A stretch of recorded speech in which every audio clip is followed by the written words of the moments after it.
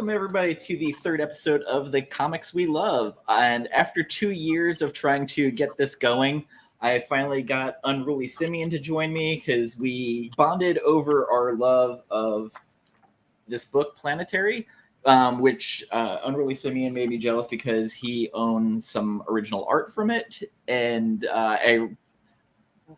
right off the bat, I was like, oh man, I started looking at John Cassaday's page of his original art to see what he had left, and it's not a whole lot.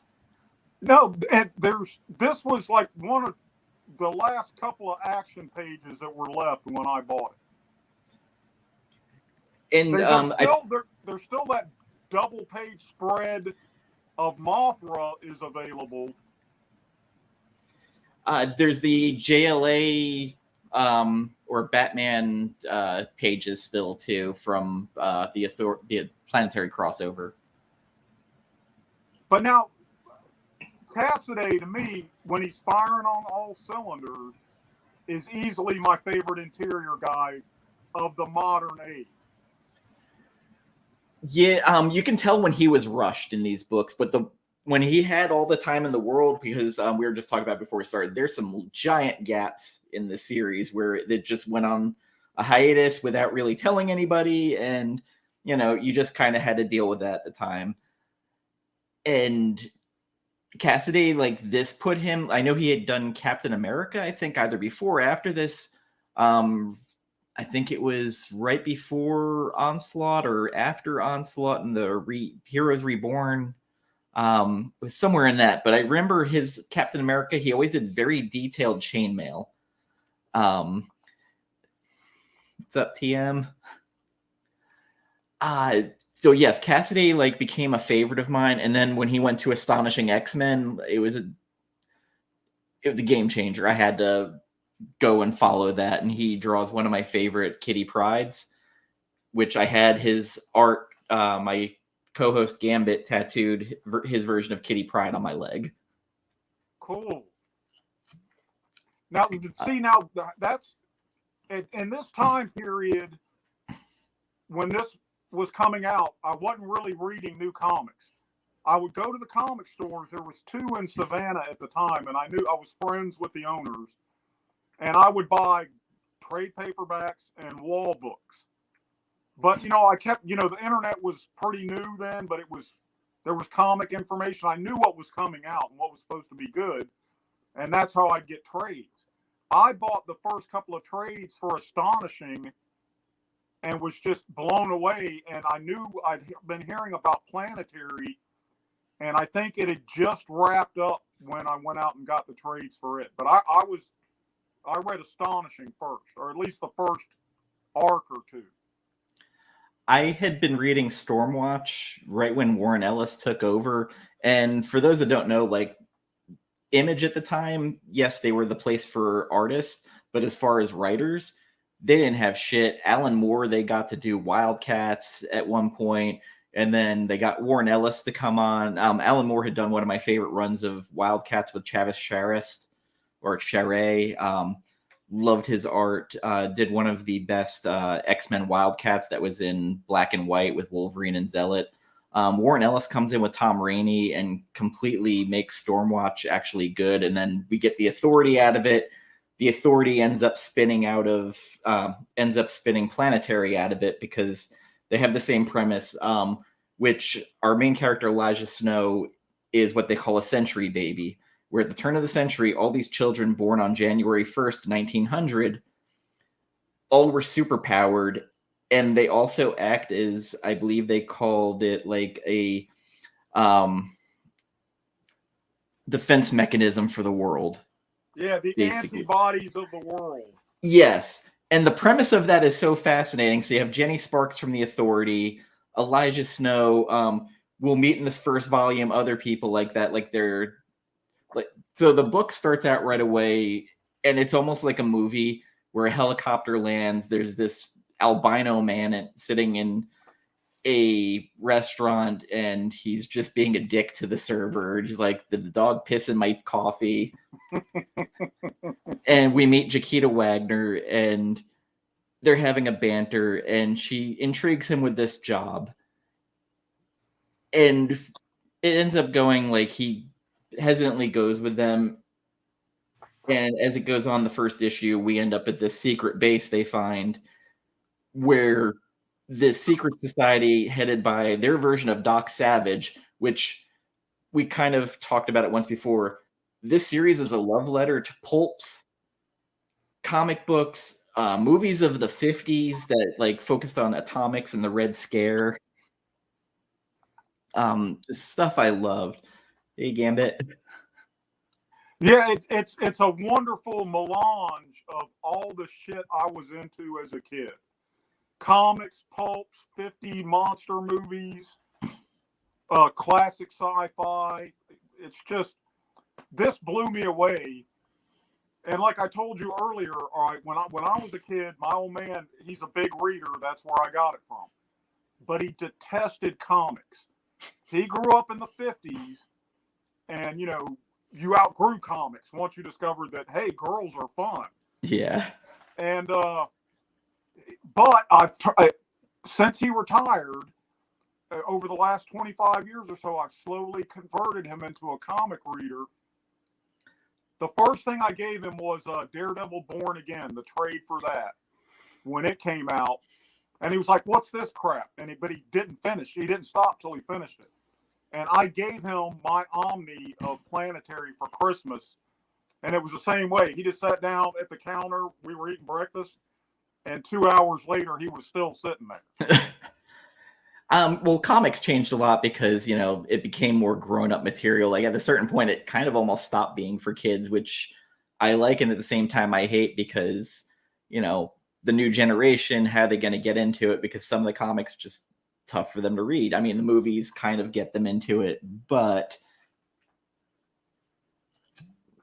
what I loved about this, the first couple of issues, they keep laying these breadcrumbs out for you of something happened. They're not really saying it. He knows something's wrong. These people kind of seem like they know him, but he can't put it all together.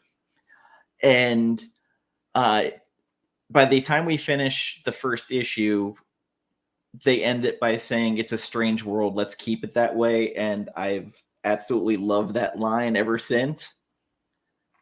So it hooked me as a reader, and the protagonist, he's getting hooked because now they reintroduced this wild world to him of like all this weird shit in the world where, like this Doc Brass, like they built this whole thing. They had a supercomputer that basically was the whole room that figured out reality.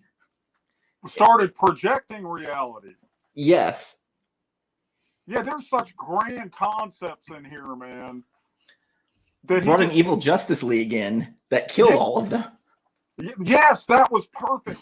And that's exactly what it was. It's an evil Justice League. I was sitting here, all right, you got Batman, Superman, Wonder Woman, John Johns, Aquaman, Green Lantern. Oh, okay, that's who, Aquaman. Yep, that was the one I couldn't place. The Fishman, but it's Aquaman. It's got to be. And a super cool version of the Justice League, I might add. Yes. I mean, they had one of the characters that were in the Secret Society who had Wonder Woman's shield shoved in his chest that they showed just kind of off to the side. And Doc Brass is the only one still alive. He hasn't slept in 54 years. He hasn't eaten in 54 years. His legs are shriveled, and he's got his guns out. And you see all these just dead, decaying bodies around him. It's a hell of a scene, like, even to show, but then to end it with it. Did you ever read the Doc Savage pulps or the comics? No, I knew of the character, but I never read him.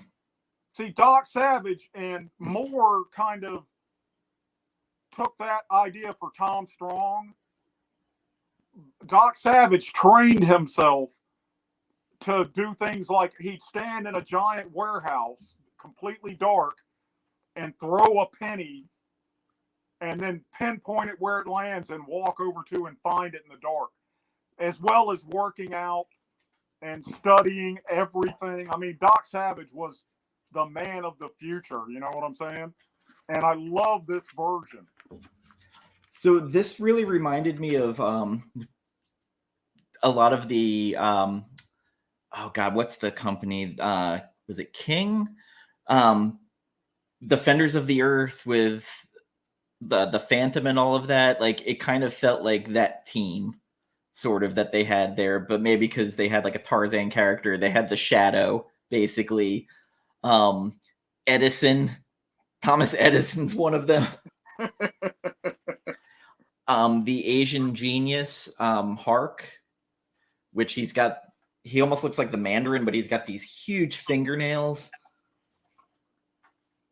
And I guess the aviator's got to be Lindbergh, huh? I would think. And then a super spy who they don't say who he is. And we go right into issue 2, and they show these Japanese extremists. One is a cult leader, basically, and they're on Monster Island. It goes full Godzilla. And some of the art, yes, you're about to show the same thing I am. Hold on, let me blow you up on there. Yes. And this is John Cassaday at his best. And I'm pretty sure that double page spread is still available. But it's awesome. But the pages I buy, I want to see. That's what I want to see. I think the page it was 3,200 for the 2-page spread. Something like that. I can't remember. Like it was pretty high at one point. And so the one thing about they talk about in this is that every time Elijah Snow walks into a room, the temperature drops. He can extract heat. He freezes stuff, and there's some crazy stuff he does later. And this whole issue is like trying to explain why Monster Island happened. And Elijah's just like, all right, like, I've seen it now. Like, what the fuck happened? They're like, I don't know. Maybe we opened something to another dimension. A bomb went off. It happened around Hiroshima. They kind of leave it open, but you end up seeing what kind of a badass Chiquita Wagner is, because she jokes about it. She's like, yeah, I once kicked an old man across who was a pain in the ass across a Grand Canyon. And listen, we need to introduce the other 2 members, Drummer and Chiquita. Yes. And we'll find out both their origin stories much later. But yes. I am so in love with Chiquita Wagner. That's why the page I got is one of her fighting. She's an amazing character, and I loved her right from the beginning because I love the part where she's doing this because she's bored. She gets bored very easily. And if you notice, in the first couple of issues, she has a lot of dialogue, and you get a good feel for her character. But then later on, throughout the rest of the series, she doesn't really talk a whole lot. No, but they do give her some very subtle eye expressions where when he'll start talking, and they'll actually later on in the series cue back to those visual looks where, you know, it's like, oh shit, what does he know? Yeah. That's what, on this read, I was going slower than I normally do because I was trying to catch stuff like that. You know, little, visuals, cues that I might have overlooked or forgotten about entirely. Issue 3 was a Japanese crime drama, basically, or Hong Kong, and a vengeful ghost of a cop who had been killed in the line of duty by his partner and a crime lord is haunting the streets and killing people. And then they figure out, like, in the middle of the street, so the character Drummer, he can talk to machines. He's in sync with everything.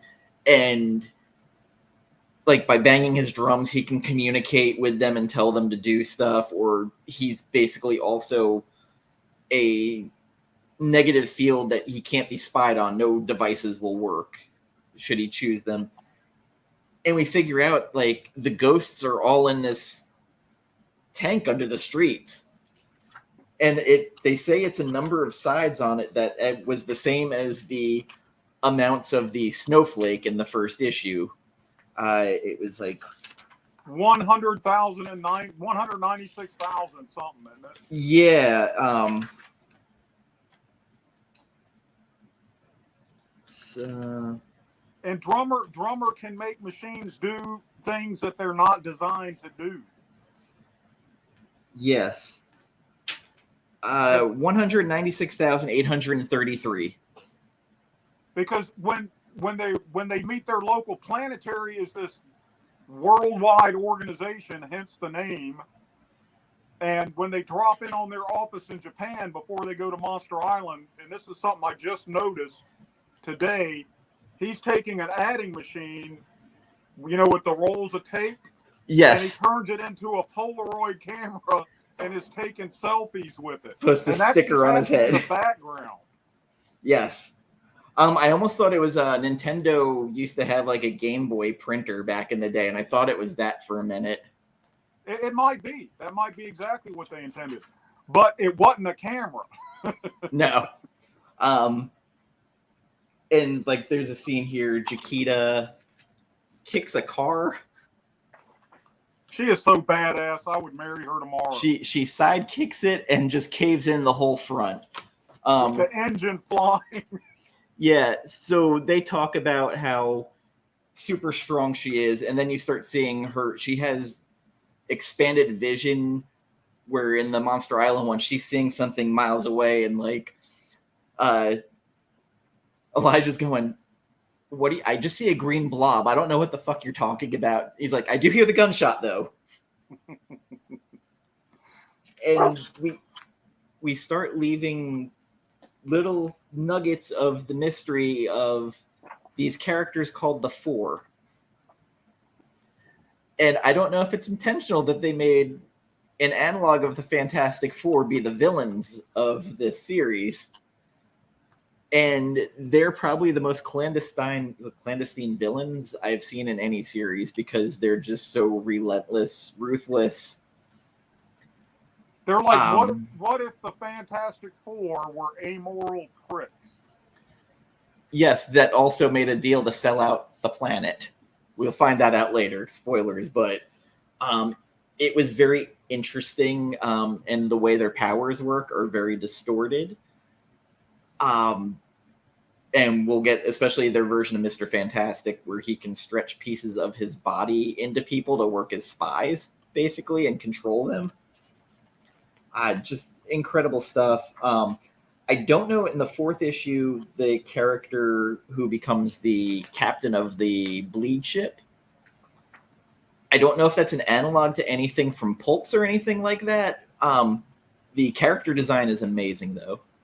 It's incredible. And I would imagine everyone else so far has been a pop culture analog.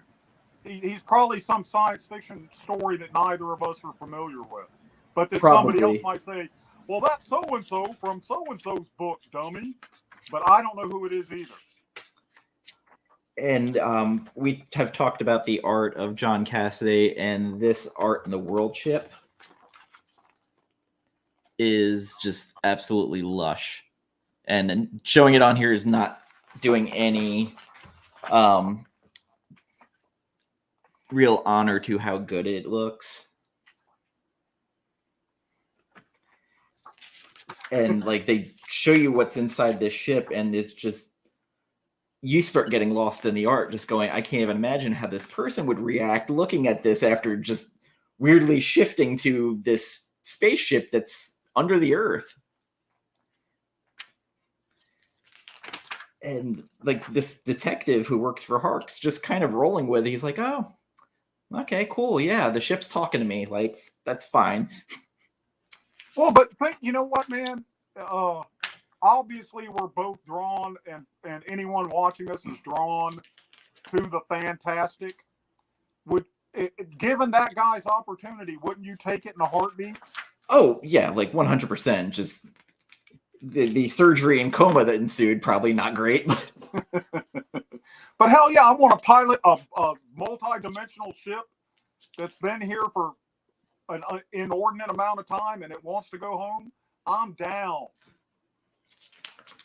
Yeah, like it's, and the way it comes back, because a lot of the stuff they introduced to us early on, you think the story's done, And again, they seed this stuff to come back, and I think that's the brilliance of Warren Ellis. Like, I've joked about, like, if there's a comic series I was going to get evangelical about, like go to door like a Bible salesman, this probably would be the one. Like, hey, have you read the good book? Like, Can I've I given interest this. you? Can I I've interest you in given. the adventure of a lifetime? I've given this book to people before. I'll be right back.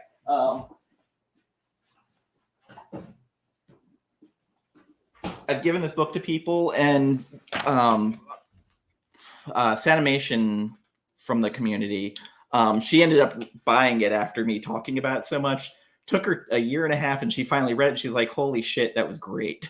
And that gave me such a warm feeling, because Jen, when we were doing our show, never finished it. She basically read Alan Moore's intro and stopped. But did a video on Alan Moore's intro, which Alan Moore's intro is about the comic status of it at the time when it came out, because it was right after Marvel basically went ass up. Right after the implosion. Right? Yes. And he was like, I don't know what comics are. I don't know where it is. I just know comics are broken right now. Well, you know what, man? But there's been, that's analogous to what we're going through today. There are so many negative people talking about how comics are going to die at any moment. And you know what? It's not going to happen. It might not be the industry we know and love, but they'll always be there, because this medium scratches an itch and a large enough percentage of us to sell.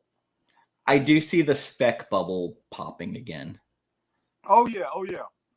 So that's where I see like the kind of doom and gloom, but now Comixology laying off all those people, where digital was supposed to kill print, hasn't happened. Capitalists got a capital. Yeah. So the next issue is a Doc Brass issue, and it's got flashbacks. It's him and Elijah basically sitting around talking, and then they have pulp things like The Good Doctor, a Planetary novel, and it's Doc Brass with his guns out, and he's talking about his history, like how he basically eugenically was bred to be a super being. Like he said, I've been bred, born, and trained to deal with anything except the unspeakable evil of my own parents, warped brother and sister that they were, because they were basically fascists. And just to bring it up, like it's interesting because they right away are going, well, he's a perfect person, but he's flawed too. But if you notice, he's very, very slowly healing. But a half century of being constantly awake, and while you're messed up from a huge fight, will do that to you. And he talks about, he's like, at 1945, I stopped needing to breathe. I stopped needing to eat. I stopped needing to sleep. I stopped aging in 1944. In 47, he learned to heal himself with his mind. Yeah, 50 plus years he spent awake guarding the whatever you want to call the device. The computer. The bleed computer. Yes. Man, I don't care how strong your intellect is or how grounded you are emotionally. I once did 10 days in solitary with nothing to read, and I about went batshit. I just staying awake, I think I did 72 hours once, and like your mind starts to go on you. Oh yeah, prolonged wakefulness will drive you crazy quicker than anything. Yes. So this issue a lot is just the two of them dialoguing about the past.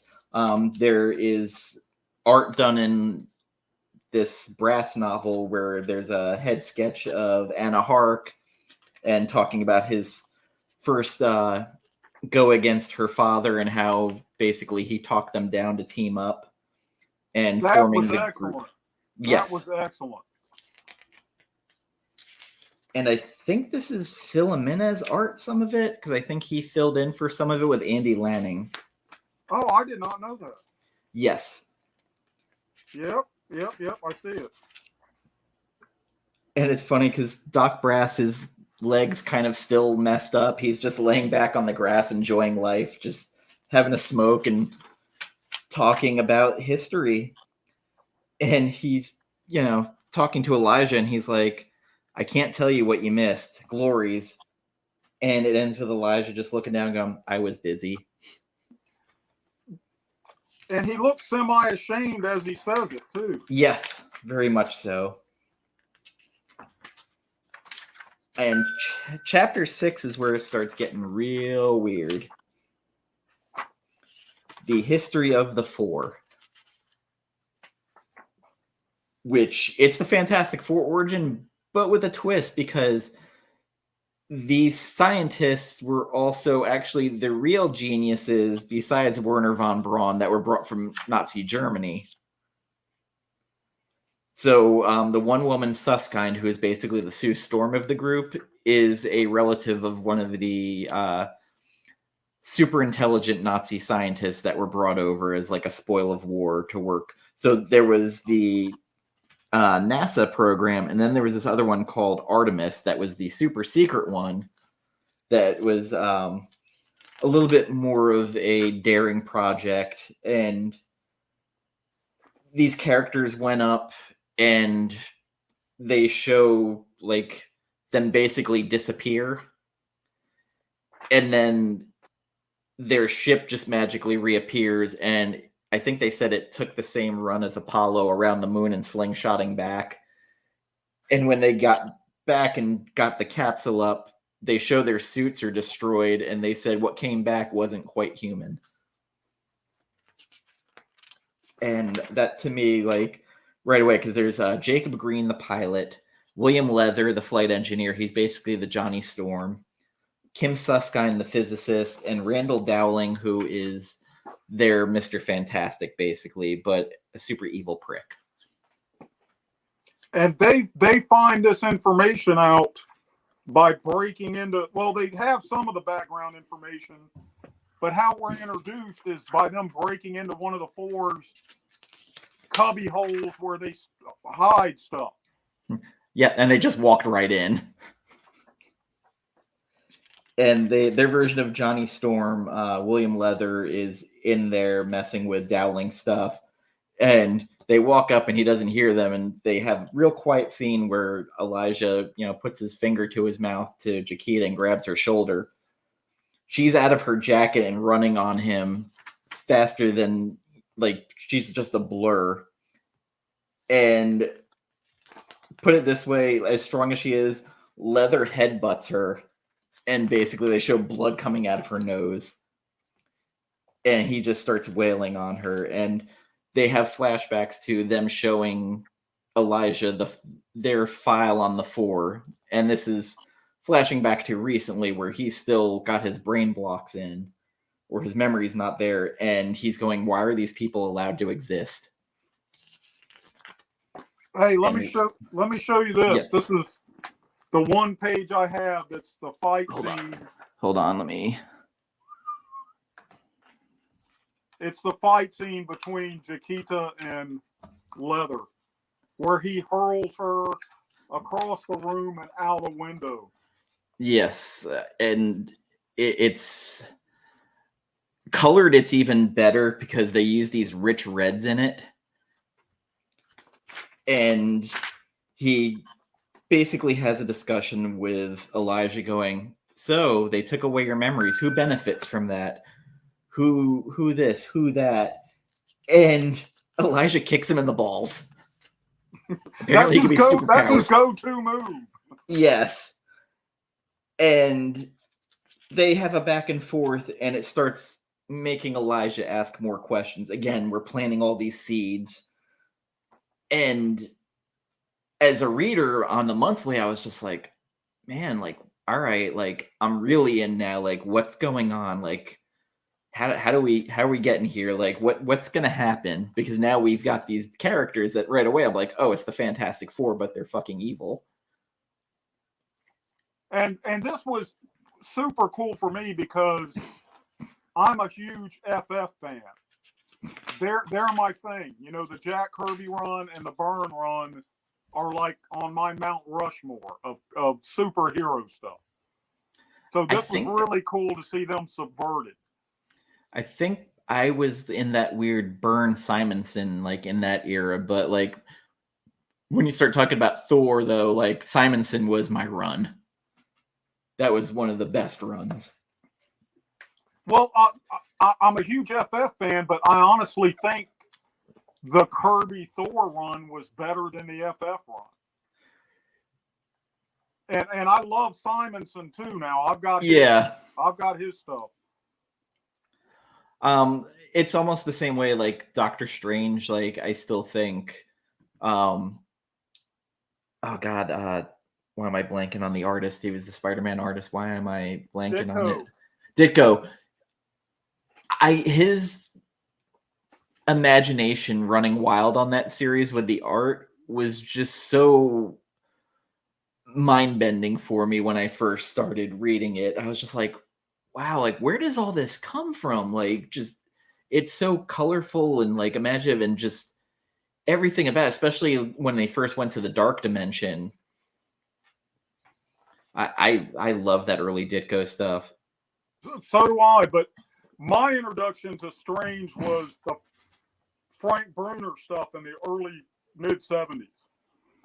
And then I went back and reread the Ditko stuff. Yeah, I mean, most of it was from reprints and stuff, but man, that stuff was so good. The next issue, I'd call this a Vertigo tribute because we have a John Constantine character called Jack Carter. And there's Death, Sandman, Swamp Thing, Animal Man, Shade the Changing Man, the Black Orchid, the Metal Men, Doom Patrol. I see Doom Patrol, Spectre, the Demon. Oh yeah, that is Metal Man. Yeah, there's Spectre. I'm looking at him. Who's the big purple face guy? That's the one I couldn't tell. Yeah, I could not. And there's a great throwaway line. I think it's by Carter later.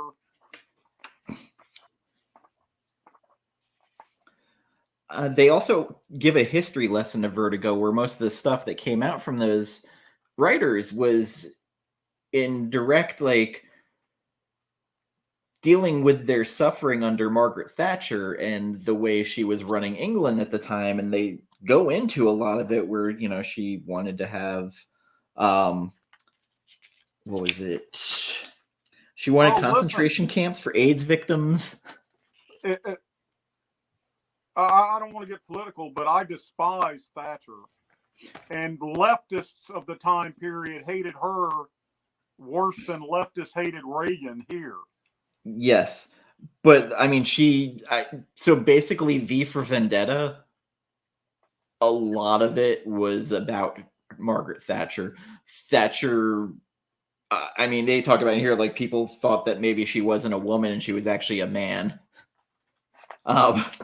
There is just, so they give you a little bit of history lesson behind what was going on. And Jaquita apparently had an affair with their John Constantine in here. And they talk about this guy who just wanted to be a hero that ended up having sex with sex dwarves. And the Jack Carter took pictures. I didn't want to wake up in Soho with 12 Valiumed up Thai rent boys and terrible stains on my tights. I didn't want to find out that instead of getting my powers from a transcendent scientist mentor, I was grown from the DNA of Aryan super athletes and Hitler's personal sex midgets. I didn't even know Hitler had personal sex midgets. So, like, right there, it's just like, is this Garth Ennis doing this? Like, this is a Garth Ennis story. Like, and Jack Carter shows up, shoots him in the stomach, and then becomes Spider Jerusalem. Yeah, I noticed that too. Yeah. So basically, it almost told the whole history of Vertigo before it went away. Like, just dropped it all there by just showing everything, explaining it, and its time and place in the culture. Well, I like Elijah. Hang on.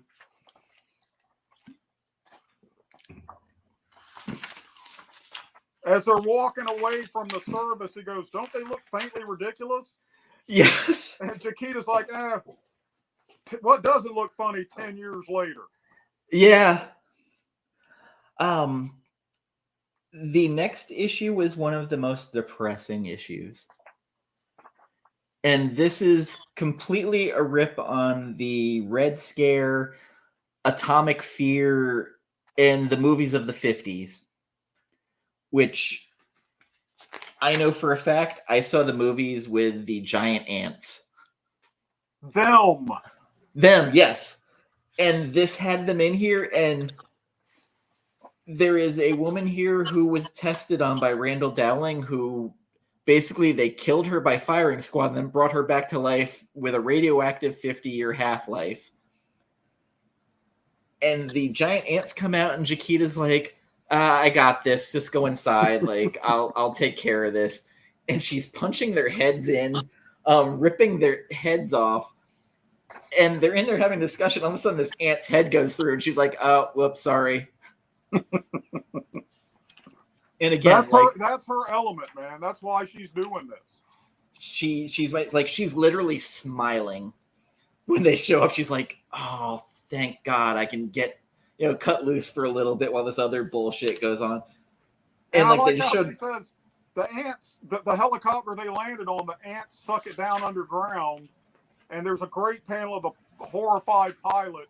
Yes. And when she comes sauntering back in, she's like, "Yeah, and I even managed to save the pilot." She's very casual about it. She's like, "Yeah, I got him too. Sorry about that. I kicked it a little too hard." And they show the experiments they were doing on people. Like, there's a part where they grew somebody, and she was like, you can hear his bones stretching. And when they went after he died and they opened him up, they saw that his brain stayed the same old size, but had steel cables of nerves basically connected to it. And then these atomic dogs running around at night. They put a universe snowflake field inside someone's head instead of their brain. Just there's someone with a little girl who's turned into a half ant, and she's cradling her doll. And it hits you in the feelings, and it ends with her going, "Well, radioactive half-life of 50 years, time's up. I'm so glad I met you. It might have been half a life, but it was a life." Yeah. This was a very poignant, and it just goes to me, man, that's who the baddies are, is people that don't see other people as real beings, but as resources or, just impediments in their way to get what they want. I guess that's why, I might be a bit of an asshole, but I have to imagine that in the ultimate cosmic judgment, I'm a decent human being, because I could never do that, man. I could never, I could go rob a bank. I've got no moral qualms with stealing from the rich, but you might have to kill somebody to do it, and that I just couldn't do that for any amount of money, And they casually mentioned, like, during the Red Scare, Americans would just disappear constantly. The losers. Yes. That's who they were doing these experiments on, or what they deemed losers. Where's that? The drinkers, the dopers, women who slept with the wrong men. Oh, what a horrible crime that is. The next issue, it seems like an insignificant issue, but really not so much in the grand scheme of things, because we meet Ambrose, who was the former Third Man. And he can bend reality. Strangely enough, dressed a lot like Elijah. Yes. and he becomes part of the field team. And they show he's like super powerful, and they show, you know, him as a kid and the fourth man talking to him in shadow. And then it kind of jumps ahead saying he's coming back, Chiquita, he will. You don't know who they're talking about, though. And then later, the fourth man talking to the third man, or when Ambrose is becoming the third man, he's like, oh yeah, by the way, you should get a white suit. And it cuts from there with Ambrose getting shot, but his body disappears. His distortion field. What I love, she confronts the villain, and he's like, "You can't kill me. I'm the only one that knows about all this," and she doesn't care. Yep.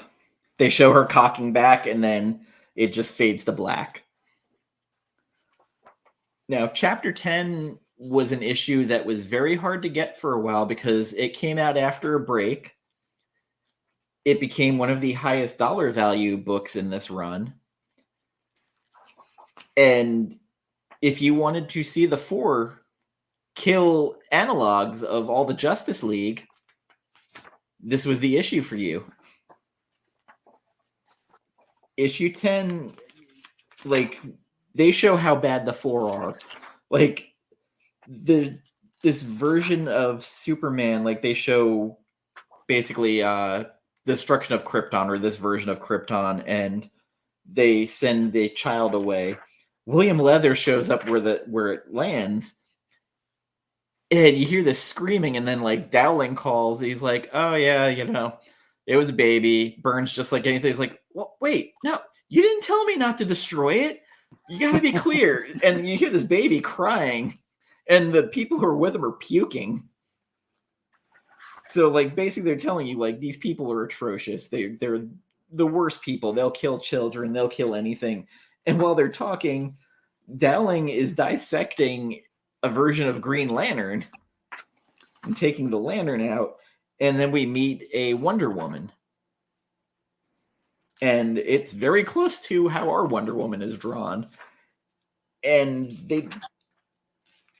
they don't show her get killed, but they explain it at the end of they waited for her to walk out of the Amazon, and Suskin Kim sniped her and killed her on the doorsteps.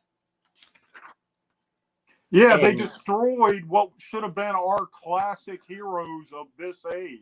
Yes, to make sure that it didn't interfere. And their big thing is, we don't want anything to be too powerful or too much of a nuisance to interfere with our plans.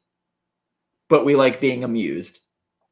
Which is the only reason Planetary is still around, we find out. Yes.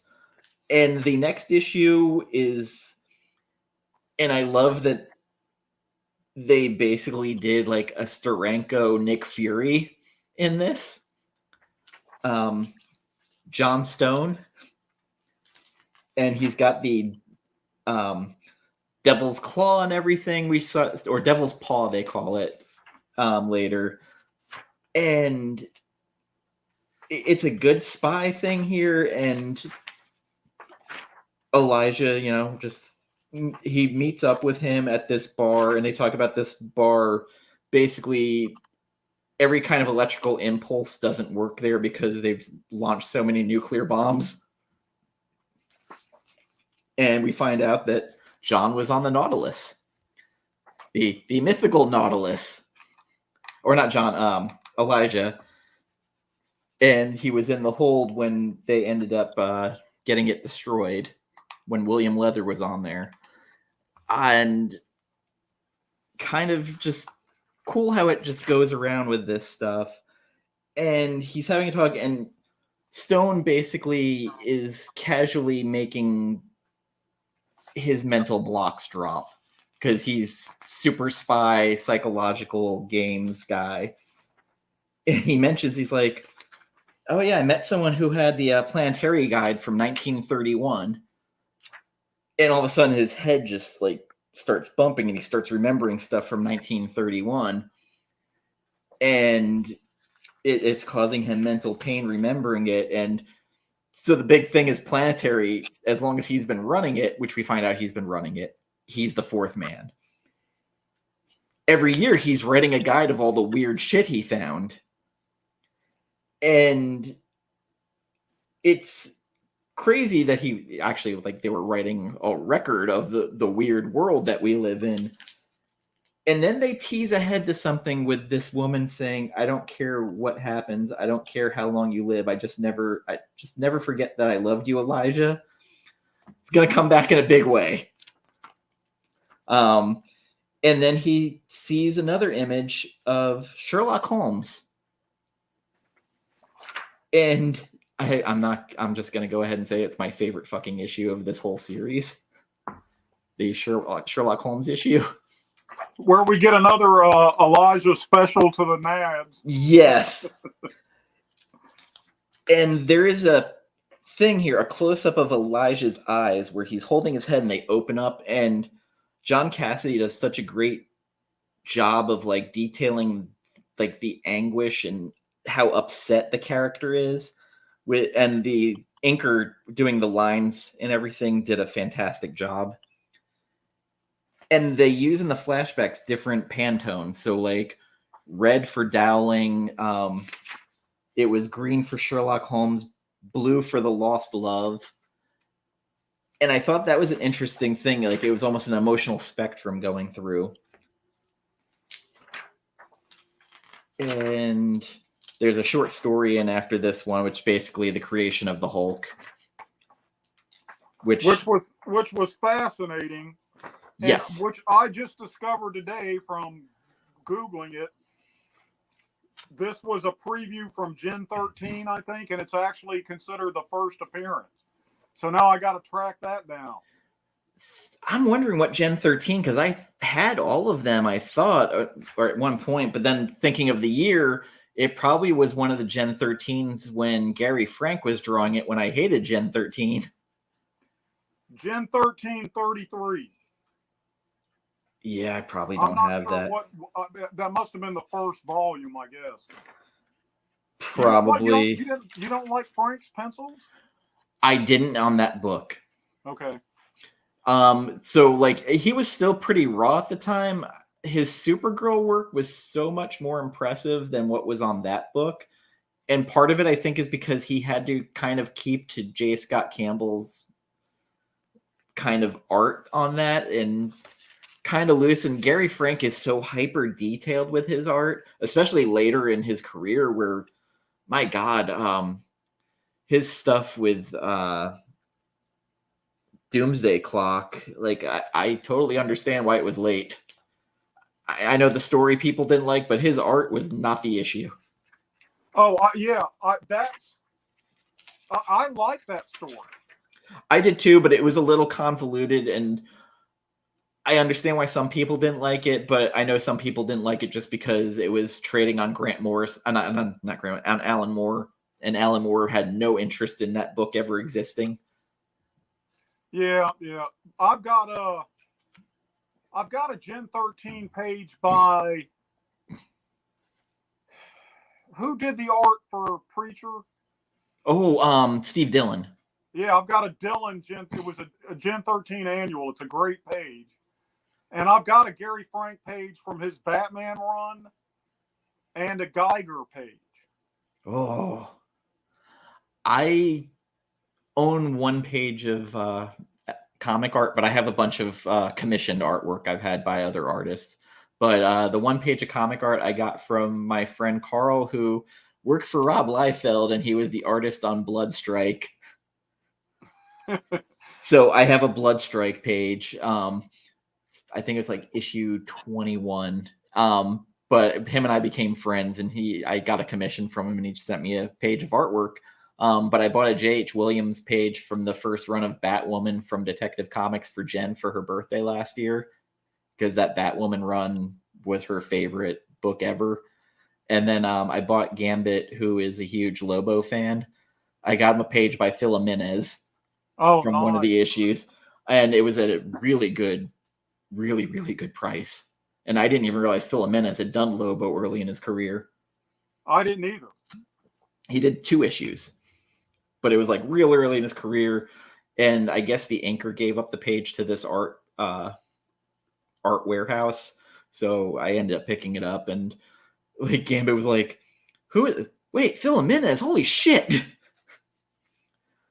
But yeah, page art. Like I always see stuff. I will say if anybody likes the Swamp Thing run by Rom V that just passed, Mike Perkins on his website has some of the best prices on original art I have fucking seen. You know, I have not read that yet. Has that been collected? Yes. At I've least the gotta get it. first volume definitely was. The second should be right behind it. I imagine there's going to be an omnibus at some point. It was very good, and Mike Perkins' art would just fit so well. Also, one of the nicest people I've ever dealt with getting a commission from. So professional the whole way through. Now, does he draw or is it digital? He draws. Okay. But he did a commission for me. I was picking up at MegaCon Orlando. Every 3 days, I got an email update with progress showing like a scan of it, what he was doing. Wow. You know, there are some horror stories. Who is it? You know, Mad Spidey? Yes. He waited like 10 or 11 years and kept hounding this dude. I don't even remember the artist, but he's told that story a couple of times, and I would just be. And there's guys in the industry that are infamous for taking your money, and then you basically got to shame them into getting you the art. But sometimes it works out, and they send you something spectacular. Tim Seeley just opened up, or he's opening up Monday, his commission list. $300 for an 11 by 17 with inks. And they specify through the art dealer 12 weeks, 8 to 12 weeks to get it, which that's fair. Yeah, amen. That's more than fair. But it's a defined, this is when you're getting it. And if it ends up taking longer, there will be progress emails every week. That's above board, man. That's pretty cool. I've never gotten a commission because I like the fact that they were published in a book I like, you know? Yeah. So I have a habit. I'll go to shows, and sometimes I'll just get head sketches in my sketchbook. So I have one book that's nothing but Kitty Pryde sketches. So I got Mike Mayhew did a Kitty Pryde and Lockheed in it. Todd Knock did he did a complete colored Kitty Pryde in there. What he did the I forget what the paint pens are, but he did the whole thing in color and like shocked me for how much I paid. And Scotty Young did a Rocket Raccoon in my other book when he was getting ready to do the book, $80, which I was like, yeah, like here, just take it all. Start drawing, art man. No, he goes, hey, I'll have this by close of the show. I was like, I'll be back. Dude, Lockheed is my favorite X-Man. I love, like, Kitty Pryde's my favorite X-Men character, and so like whenever I can get Lockheed in there, I have Kitty and Magic is the one that Mike Perkins did for me, and he threw a Lockheed in on the shoulder. And then Mike McCone did Magic from the early New Mutants days with the Eldritch armor. Oh man, I've got McCone did about a year and a half on FF. Yes. And I've got a full page spread of Mr. Fantastic from that run. And is he doing interiors anymore? All I ever see him is covers. He kind of seems like he took a break, because he was doing interiors quite a bit, and now I haven't seen anything from him in actually quite a while. That FF run he did was solid, super good. Oh, but I've got a Ribic, a Magic from it's where she's killing Professor X. I can't remember the storyline name. But she cuts him down. I've got the comic somewhere, but I've got that page. There, one point in time, that Bachalo cover was up for sale with Magic on it. That was from the X-Men Restart series. And I've got it tattooed on my leg, but the actual original art showed up, and I was like, fuck. Like, I couldn't rationalize spending $4,000 on it. I can't either, dude. I will go $1,000,000, and that's about as high as I'll go for a page. I was just like, can you just put out a print? I'll take a print gladly. So back to the book. The next issue is him calling all of his associates in and having a discussion with them. And he's basically like calling them out. He goes, Drum, shut up and let me get this done, or I'll freeze every drop of fluid in your scrotum solid for a start. And he goes, nah, isn't that interesting? Drums here has treated me as a joke, an old joke at that, from the minute I got here, and now he's scared to death of me. Why is that? What do you think? Let's see now. Since you're suddenly doing as you're told, do you know what a planetary guide is? And Chiquita's like, it's okay, Drums. You can say something. He's like, it's a book. And she answers, he goes, I didn't ask you, I asked him. And he's like, it's a book that's been published underground annually since 1925. And he's like, and who writes it? Starts screaming. He's like, who writes it? He's like, you do. And Elijah's like, he's touching his desk and he freezes it and then punches through it. So like we're starting to see more of his extent and powers. And he really shows it off in a little bit where he walks out of the building. He walks to what I'd say is like Central Park, throws his hand down and makes a giant 4 in the landscape so that the 4 satellite can see. And it's just incredible. And he's just like, he says, I'm back, the game's afoot, and I want them to know it. And then they show the 4 satellite up in the air, kind of zooming in on it. And again, like this series, like even after a break, had this way of sucking you back in where you're just like, oh, fuck, that issue had nothing really going on except all this intergroup drama, but it worked. It's well, what I like is because you find out later he told them, stay the hell away from me. Don't try and find me. And it was to keep them alive, basically. But here he is cussing them out about it. And poor Drummer, man, he gets the brunt of Elijah's shit. Possibly because he knows Chiquita could drop kick him across the Grand Canyon. And the next issue is my favorite issue of it all. It starts out in Frankenstein's castle. It's a very, very young Elijah. He's got a southern twang to him. We find out he's from Alabama originally. And he talks about, I've done dumber things than this, licking a fire hydrant in winter, drinking Uncle Caleb's homemade liquor that he made in the same bathtub he scrapes his foot sores in. And he's like, coming to a part of Germany that ain't on the maps anymore since people found out what happened here. Sure, I've done dumber things than this. Must have. This is where dead men walk. And they show where the Frankenstein monster was created. And there's these orbs up in the roof that fall down as like a trap, and like lizard men come out of them. And he freezes most of them, but there's some that are on the chain that he's hanging from. He freezes one of their arms off and then beats the other one to death with it. And he opens... So there's this thing called the conspiracy, which even back then, he's finding all these conspiracies trying to shape the world. And this one in particular was interesting because it was Sherlock Holmes, Frankenstein, his monster, the Invisible Man, Dracula.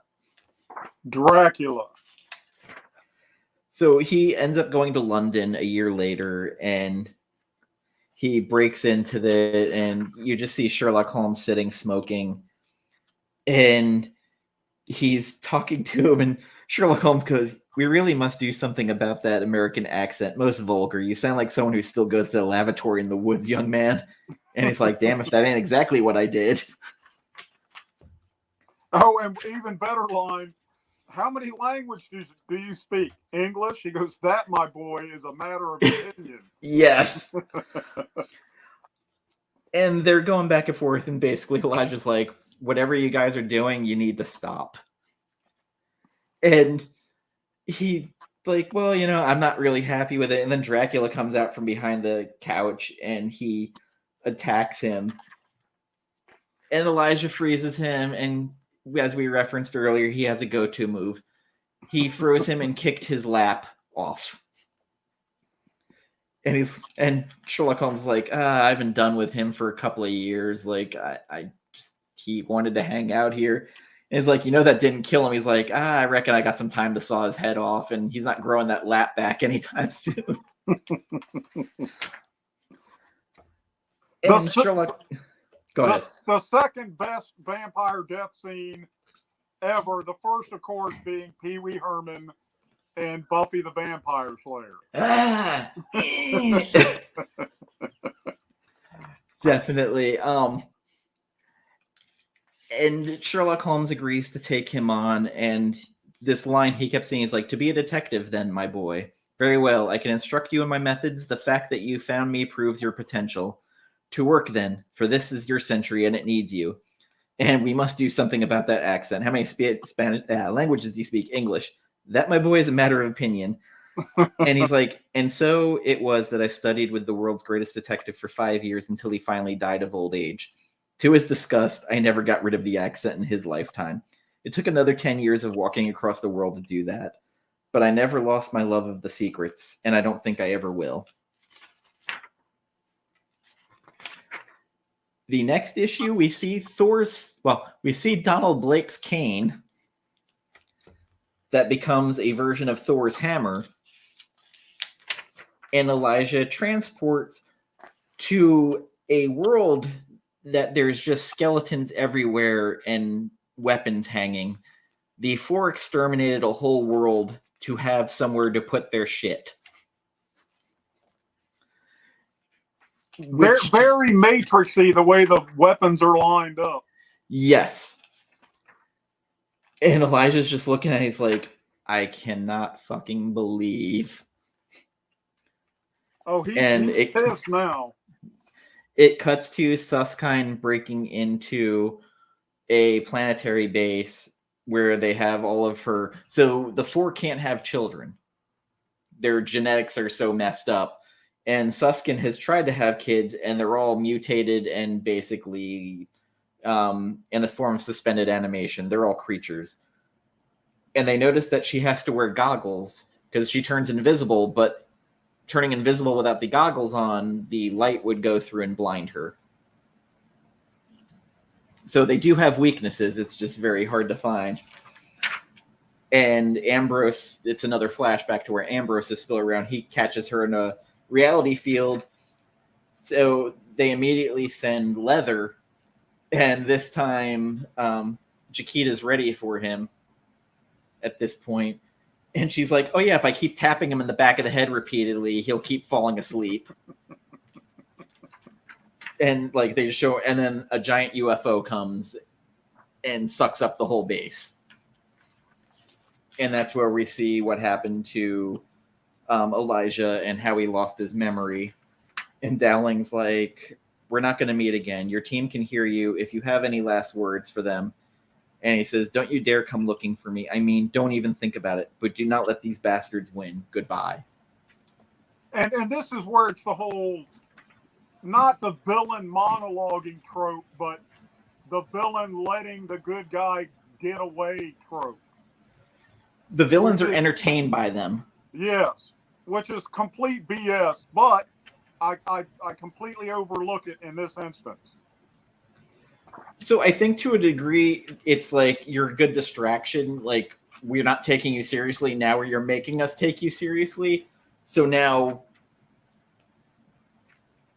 but I think also they were fans of his Planetary books. They used them as resource.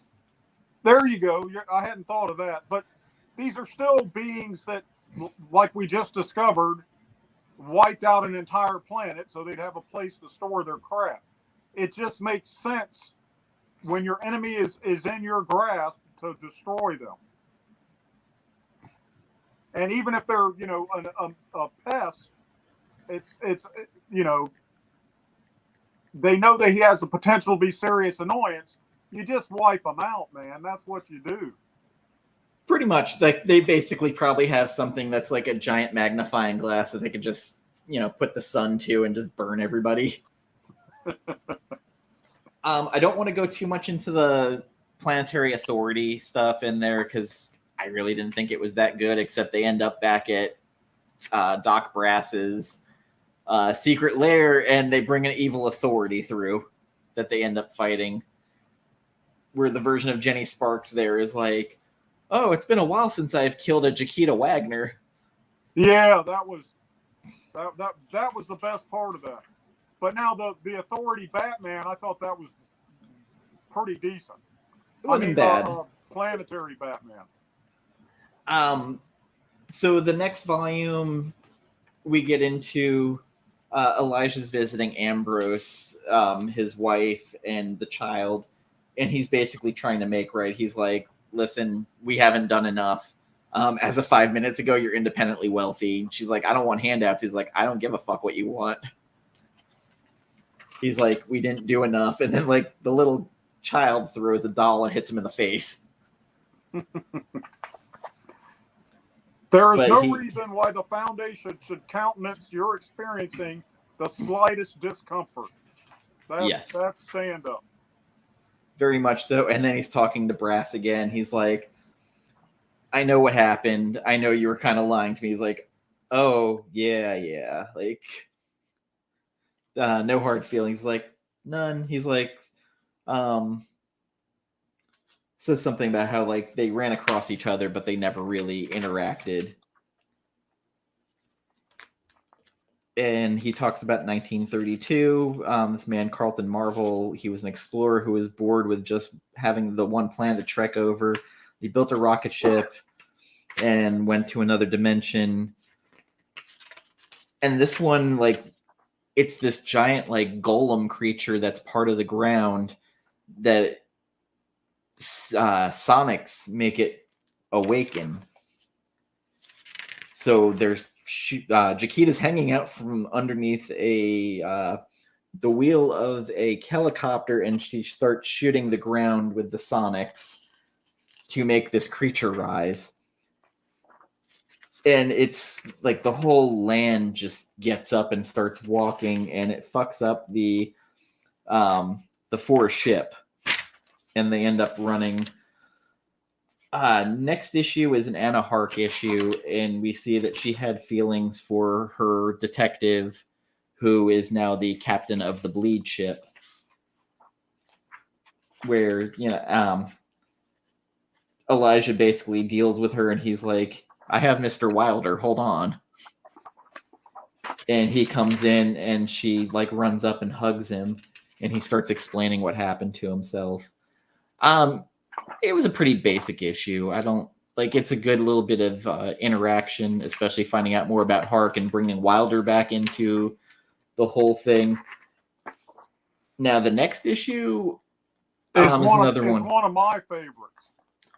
So it's almost a Tarzan book, and it starts with that. A giant lizard, and it also can grow legs. A snake. And it's basically, they're looking for, Elijah's in the Amazon looking for Opak Ray, which is a hidden city, and basically it's like Wakanda. They're technologically advanced. They're a civilization of geniuses. And they also state that they don't like milk in their coffee, so to say, of breeding. And who can blame them? No. And we see one of the people who were with Brass, the later, more civilized version of the character, Lord. He's basically Tarzan. He's Lord Blackstock. And he like comes up, he's like, oh, good afternoon, old boy. I'm Kevin Sack, Lord Blackstock. We're going to have to see what we can do about you. So they bring him into the city, and he is meeting all of the people, and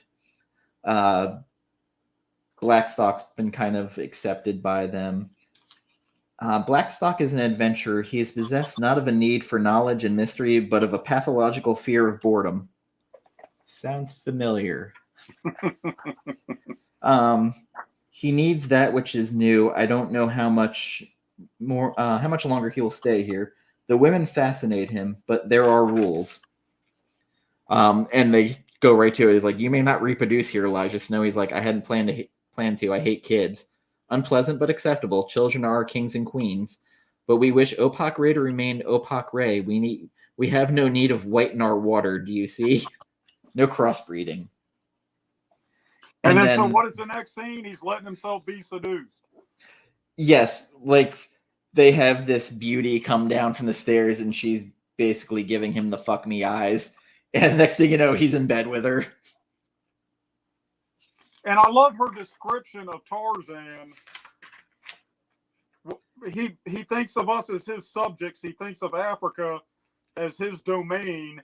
He loves us in his own way, but part of him is a king ape that expects allegiance. And part of him is the white man who believes we are all there for him. One day I will change his mind, for he is brilliant and valuable, but he is not you. And Elijah's having like a bro down with Blackstock drinking, and he's like, because I love her. And he's like, really? Good God, is she that impressive? He's like, Jesus, man, they all are. Look at this place. Setting his own problem. Like he's basically talking up. He's like, really? Man, huh? When are you leaving, bro? And that's what happens. And they have the scene that we had a flashback of earlier where Elijah's getting ready to go. He's like, there's going to be danger. Some of the things I do to gather information are not safe. Maybe this is, I explained, it seems I'm going to live a very long time. Maybe if you don't want me to come back, now's the time to say, darling. She's like, I don't care what happens. I don't care how long you live. Just never forget that I loved you, Elijah. And so I left the first great love of my life. He comes back 18 months later, and he's like, I plied up the Opak Ray in perfect safety. I should have known that was wrong. And the girl is running out, screaming, Elijah, Elijah. There's a baby sitting out on basically the front steps. The city is collapsing, and she's like, what the hell was that? What's going on? She goes, I knew you'd come, please. He's like, your baby? She goes, yes, mine and Blackstock's. So already he's just like, oh. And he's like, what's happening? The city is basically shutting down, so no more infections can permeate them, and they're making her leave the baby outside. So they were very big on their eugenics of they don't want anything corrupting their line. And he's like, they left your baby to die. She's like, I had to wait for you. I knew you'd come. Everyone else is below as the city seals. It was designed to do it from the very start. I refined it. We'll be killed if we stay here. Where's Blackstock? She's like, gone. I tried. I wanted to. We were bored. And she goes away and she's saying, I'm sorry, as it closes on her. And he says, I took her to the Wagners in Germany, or Wagners. They were childless, a farming couple who'd had an alarming experience with a crashed space vessel the year before. Good people. I told them a little of the story, that she was an orphan in extraordinary circumstances, and I told them that she would be have a very, very low threshold for boredom. They named her Chiquita. Aha. And he does make reference at some point. I don't remember if we've hit it yet or not, but he's like, young lady, I changed your diapers. Yes. I think it was actually in that issue where he started yelling at them. Where he's like, don't give me that shit, I changed your diapers. We have John Stone back again, meeting with Elijah. And a satellite falls because this giant ball, like that looks like a old musket bullet coming down. And William Leather comes down, and they get a crane, and they're pulling up this thing. But Drum set up a trap for him and blows up the ship. The ball drops, and they catch William Leather. Hark gave them something to scramble his neurological thing, so Chiquita runs as fast as she can and at full speed jams this thing in his neck. And they actually, like, the way it's drawn, you see blood coming out of his mouth as she does it. And Elijah's like, is it working? She's like, yeah, he's out of it. He goes, good. We'll put him in the hospital. Hold his head up. We don't want to dislodge the needle. And he kicks him in the face. And he goes, take that piece of crap away from me. And Chiquita kicks the ball open. And there's a bunch of astronauts that launch themselves out of a super gun. In 1851. Yes. There's a picture that says, from the Earth to the Moon, the year of our Lord, 1851. But my favorite part was when he flies into the chopper. When Leather gets there, there's Drummer on the video. Hello, yes. Delivery from New York for Mr. Buttwipe. Yes. Boom! And this So was like now we've got Leather in custody. So that brings us on to the next issue. So we're down 1. On to number 2. One we haven't seen yet because he's not allowed on Earth. And that would be Jacob Green. And they have these things called angels that they send to get telemetry. And I think they send it from Zambia. They were captured aliens that they send up that could survive it, and they basically just transmit information constantly. And they send them to, I forget what the planet or universe was, but on it they see all these things running, and we get this, there's like a giant dead alien and there's things living on it, monkeys running out of its mouth, there's like skeletons on its nipple. So life is coming from this dead carcass. So I guess they're trying to show like the cycle of life. And the great age of this ship that they're checking out. So they show this giant astronaut suit come out, and we're getting our first appearance of Jacob Green. Jacob Green has become like the Thing, basically, except more mutated, like to the point where he just can't live around normal things. And he's just basically smashing everything where he's going, just killing everything. Like they show one of the indigenous life running towards him, he grabs it by the throat and crushes its head. And his head is, it almost looks like something out of Friday the 13th movie.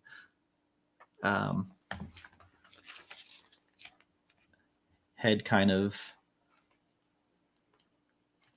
just the giant massive muscle. It almost looks like how they made the Hulk look in the one shot that they showed, the preview.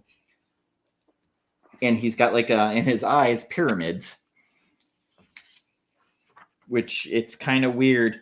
The big thing of this issue is they basically destroy any way to come back, and they've basically left him abandoned now in this other universe, basically. So he's gone. He's done. He's out of the picture.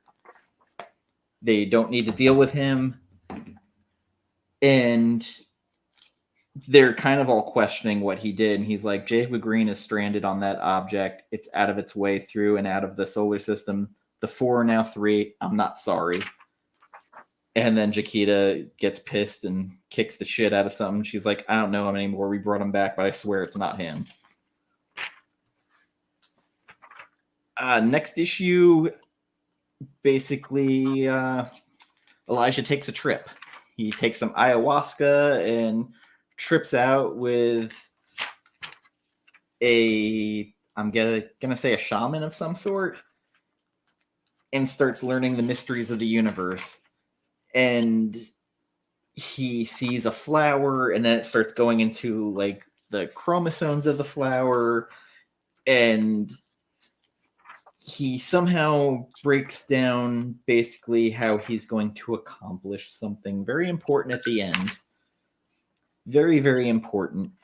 And the shaman lady is just like, it's a strange world, Mr. Snow. Never lose sight of it. You can leave now. And just, he leaves. It is a very psychedelic issue. I almost wish they made it day glow so you can turn on the black lights. And the cover was awesome. The cover is like a 60s concert poster. Yes. Very much so. Yeah, like I could totally see it being in Jefferson Airplane at the time. My second favorite issue of this series was the one about William Leather's lineage. So growing up, the Lone Ranger was a huge deal. There was that movie that came out from Disney at the time. I think it was Disney. I can't remember who the actor was in it, but I remember that being a big part of when I had the toys and everything.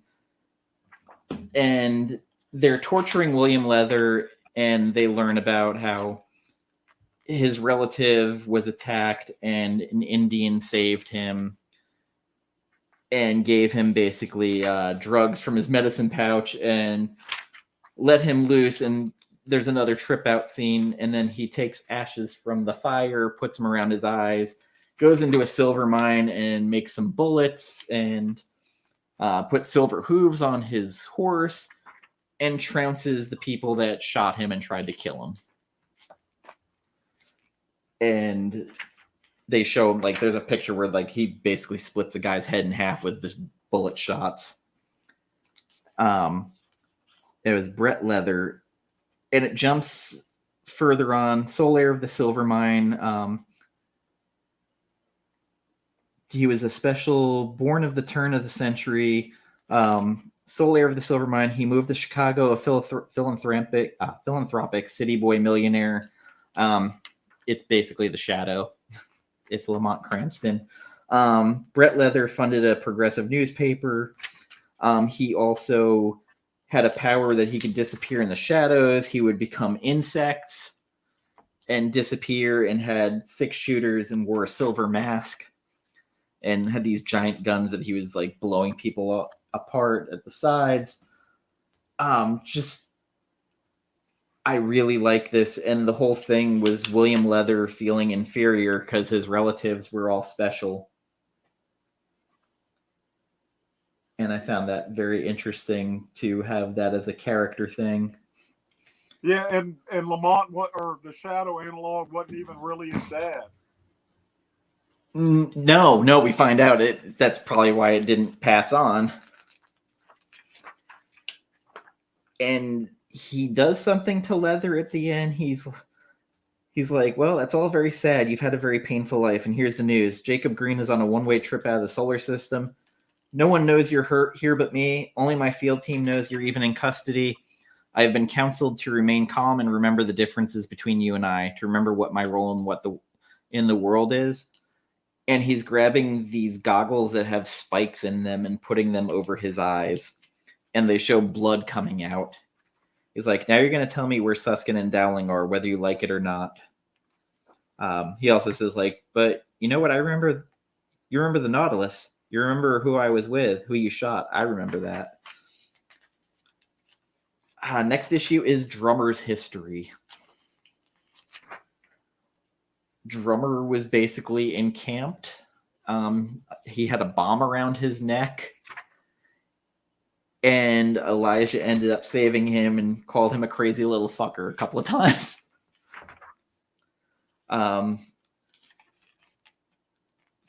But there was all a bunch of little kids with their heads shaved, and it's like, what's your name, son? Little Drummer Boy. And from that point, and Drummer, he's like, if I'm leaving, can I break their stuff? And Elijah's like, yeah, sure, whatever, kid. So he starts banging on the computer and sets off the basically self-destruct. He's like, haha, screw your stinky Dr. Dowling and your crappy food and rough toilet paper. Blows up the building. And Elijah's like, you crazy little bastard, fuck. And, worst rescue ever. Yes, Ambrose ends up saving Elijah. So it goes back to Elijah had told Ambrose's kid how Ambrose had saved him at one point. And issue 24 is the final takedown, basically. we go through everything, and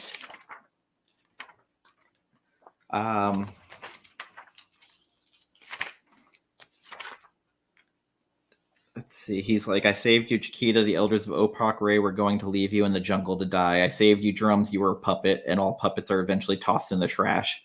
I spent my life saving information, knowledge, and experience, and I'm going to save Ambrose. It's what I do.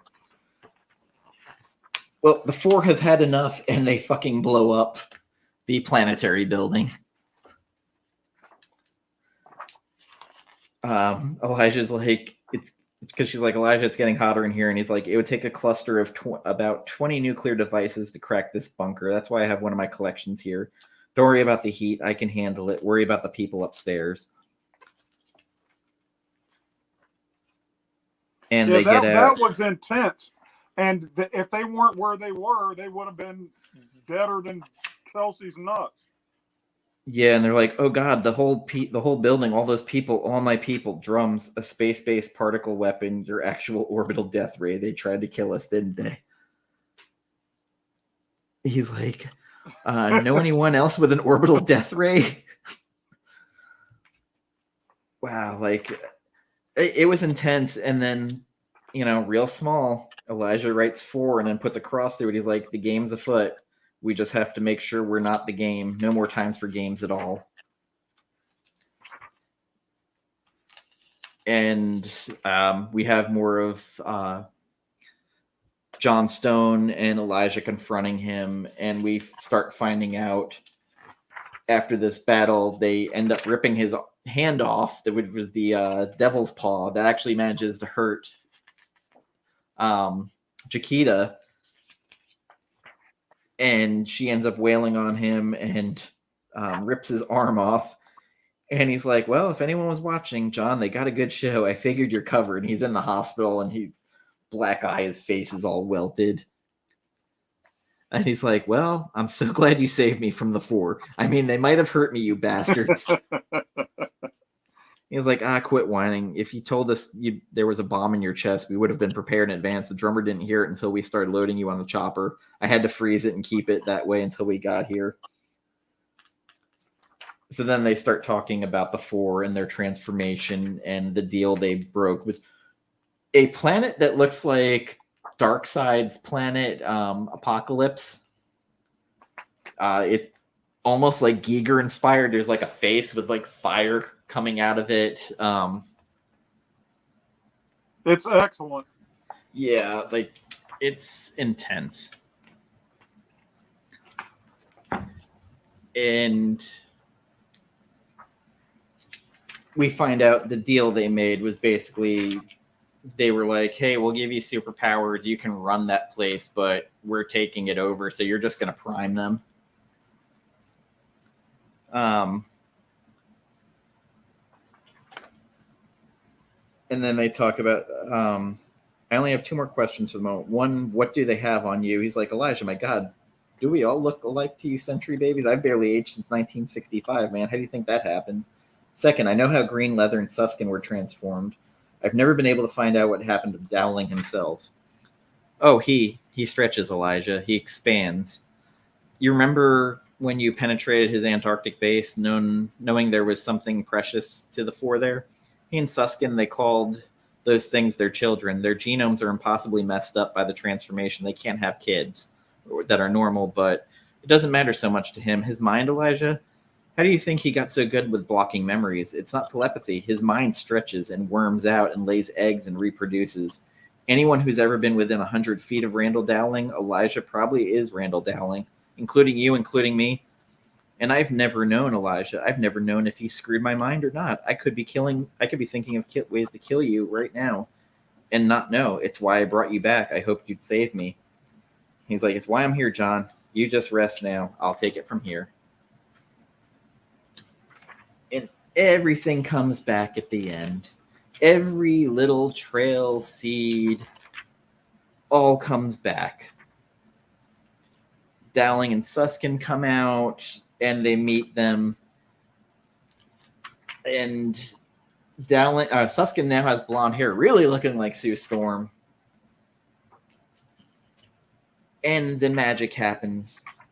the bleed ship comes out of the ground, and they end up getting sucked into the ground, and Dowling screaming, "Snow, you bastard." And they end up going to the war world, or whatever we're calling it, Apocalypse. Apocalypse is good. Yeah, and it's like, wow, if we get to give parallel Earths names, this Earth needs to be Earth Toilet on Fire. So they open the bleed doors, and they send them with a message that says, "Hello, my name is Elijah Snow, and I'm part of the defense system of the Earth. Randall Dowling sold to you. That's his body. I dropped it from a great height, which may be why you don't immediately recognize him. The sale is off. Your money's no good. Any incursion into my universe will see the bleed ripped open around your planet, and you fed to the things that wait there. Things my people learned how to kill more than 50 years ago. That's if I don't just delete your universe from the informational superstructure of reality." And Dowling and Suskind are like just broken, their bodies irrevocably. And it looks like they have all 6 people to run that ship now. So they did what they said they were going to do. So Wilder has his crew, and they're going to take the ship back to where it belonged. And the happy ending, they figure out how to bring Ambrose back. Yeah, that was the perfect coda. Yes, it was just brought everything back full circle. So he repays Ambrose for saving him. And 25 issues, so like not a hard run to get. It might read better as a collected edition, though, in my opinion, especially the omnibus or the absolute editions. But these are pretty beefy paperbacks that are $29.99 a piece. So you might as well just get the omnibus for $79 and just, get the hardback of it. The absolutes also are beautiful, big, oversized art, a little clumsy to hold. But one of my favorite series that I have ever read. Just the wonder, fantasy, and love put into it. Well, and here's the deal. It is my favorite series. And the collaboration Cassaday did with Whedon is my favorite X-Men story ever. And I think it's kind of interesting that probably Cassaday's two of his best works and most well-known, the other guy turned out to be somewhat problematic. Yeah. Ellis really hurt. That was the one that I was very surprised at. And I think that's why Jen never finished reading it, because the stuff came out about Ellis and she's like, "I'm done." Which is a shame, because unfortunately there's collaborations that go on there with this, and the artists are hurt. I am completely one of those guys that can separate the art from the artist. I mean, unless you're a genocidal maniac, because Stephen King writes about it a lot, he's mentioned it several times in his stories about how some of the most beloved authors in existence were pieces of shit. I mean, I'm not excusing what anyone does, but if they produce good art that speaks to me, I'm not going to deny myself that pleasure because they were an asshole. I think there's always the initial shock, especially if you haven't read their stuff before and you're thinking about picking it up and you're just like, I don't know. I get it. I'm not saying that other people need to be punished, because, it's a collaborative thing. So if all of a sudden all these people stop buying the book, guess what? The artist hurts. The inker hurts. Anybody who's making royalties off those books hurts. Orson Scott Card famously, I remember I was at a panel for the Ender's Game movie coming out, and he had done this whole anti-gay rant prior to that, and the producers and director were very clear in saying, "Oh no, he's already been paid, so he made his money. Don't care if you don't buy the book." but don't punish the movie because we're done paying him. Like he's done. And that's so weird. I have been reading Orson Scott Card since he first hit the scene with the Capitol and then Ender's Game. And Ender's Game won the Hugo and the Nebula back at a time when it was like the third or fourth. That happens a lot more frequently now. It was a big deal back then. Yeah. And I've read damn near everything he's written. And like, if you read, he wrote a book called Songmaster that is just beautiful. And it captures the human spirit and struggle. He's a Mormon. I think that's what's twisting him in about whatever hang up he has with gay people.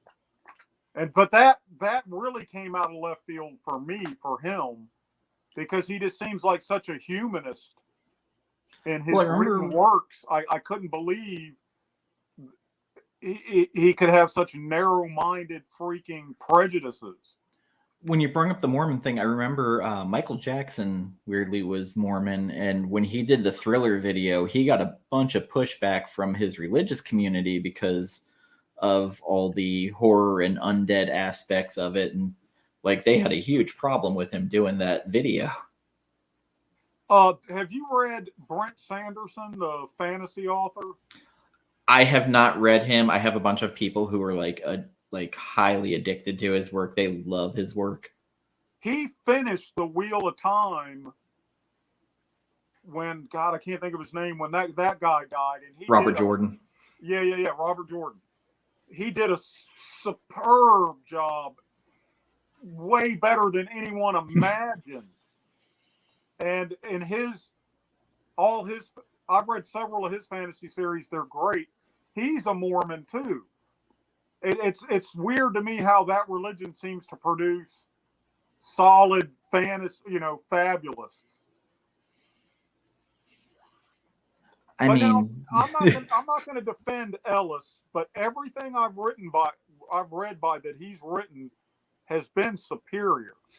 Very much so. It's just, on the one hand, I was like, well, at least he wasn't diddling little kids like the guy who was writing Batgirl at the time.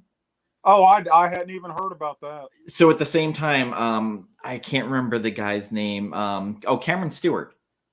He was working on the Batgirl series with, I forget who the artist was at the time who was doing it. It's when they changed the outfit and everything. They went on this whole we don't like the Joker cover where they was holding the gun up to her face when they had the smile paint on her because it's demeaning to women. And then, behind closed doors, he was picking up on high school girls at his conventions and manipulating them. And I'm like, this dude went out and just talked about women not getting treated correctly, and you're going around doing this shit. And I'm like, I guess it's the louder voice in the room, kind of like the doth protest too much. Yeah. It's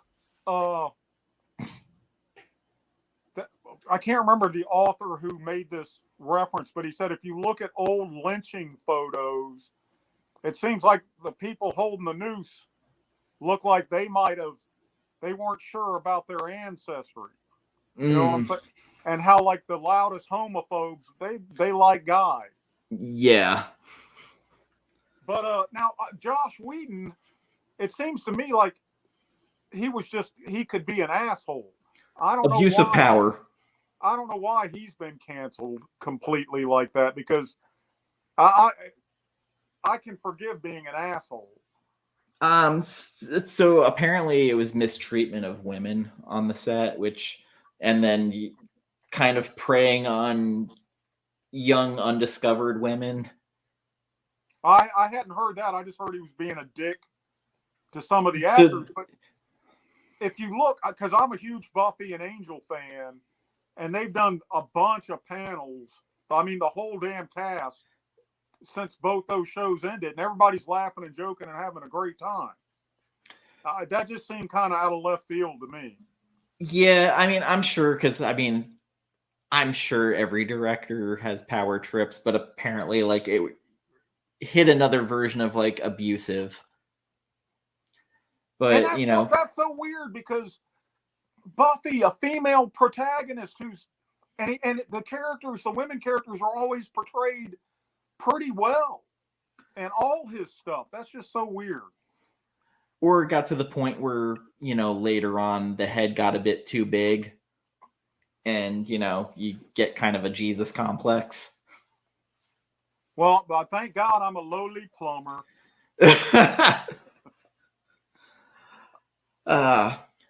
So gonna wrap this up. We're almost at 7:30 and I gotta make dinner. I want to thank everybody who came into and watched us talk about this book. Please go ahead and buy it. Please. And feel free to let us know your thoughts. We're on Instagram. I put our links in there. Unruly, thank you for joining me. I know we've talked about this for 2 years, so I'm glad we finally got to get together and do this. Thank you, everybody who watched. And if you didn't know, last night I was on John's Comics with Kids channel, and we were talking Michael Mann's movies, and I hated Miami Vice. Dude, I wanted to be there, but I'm old and I go to sleep early. Oh, I by the end of like an hour, I already like 2 drinks of the whiskey I had. I was like, you know, like I think I'm buzzed. I'm gonna stop, and it just kept going and going. And it was a fun time. And then we're gonna be doing the movies of Robert Rodriguez on my channel later this month, or beginning of March. And Tessa is a Nerd and I rebooted my Longbox Paradox show, so she's my co-host now because Jen just. I caught that first one the other night. Yeah, it was fun. Like she knows her shit, and like she does way better at me with some of her knowledge, especially when it goes to like Golden Age, Silver Age books. But she runs a comic store and cleans books professionally. So like honestly, if you have comic questions, definitely a person to go to. And she is 40 subscribers short of 1,000 on her channel. So if people aren't subscribed to her, go check her out. And that's Tessa is a Nerd. But all right, everybody, thank you. We're gonna go, and again, you can find them on sale sometimes, but the omnibus is still out there at like $79, sometimes on sale.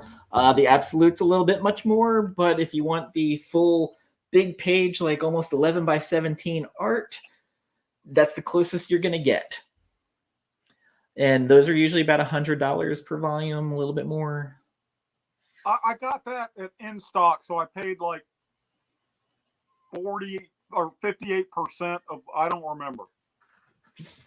So probably closer. It was a little more than half price of whatever it retails for.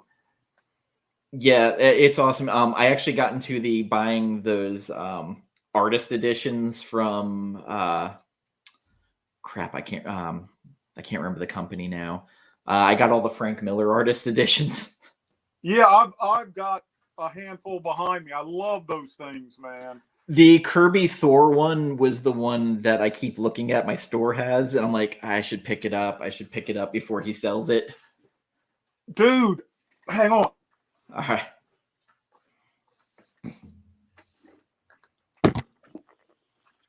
I just found this, and it's even bigger than a normal. It's like a twice up size. Oh.